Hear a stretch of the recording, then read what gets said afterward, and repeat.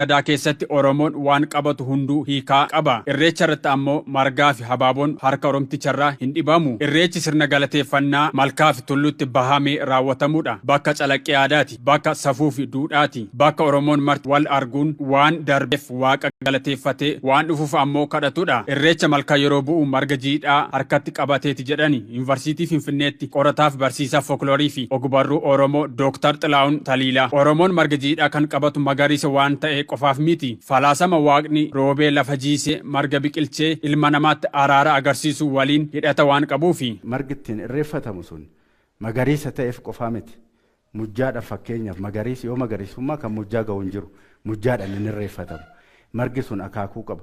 Margi kun kan akkamiiti yoo jettan ganna Oromiyaa lafa adda addaati. Bakka amma ragaa waa dhimma kanarratti yeroo qorannu irra caalaa macaaftuu lamarraa fudhanneerra sikkoo mandorraa fudhanneerra ituu hin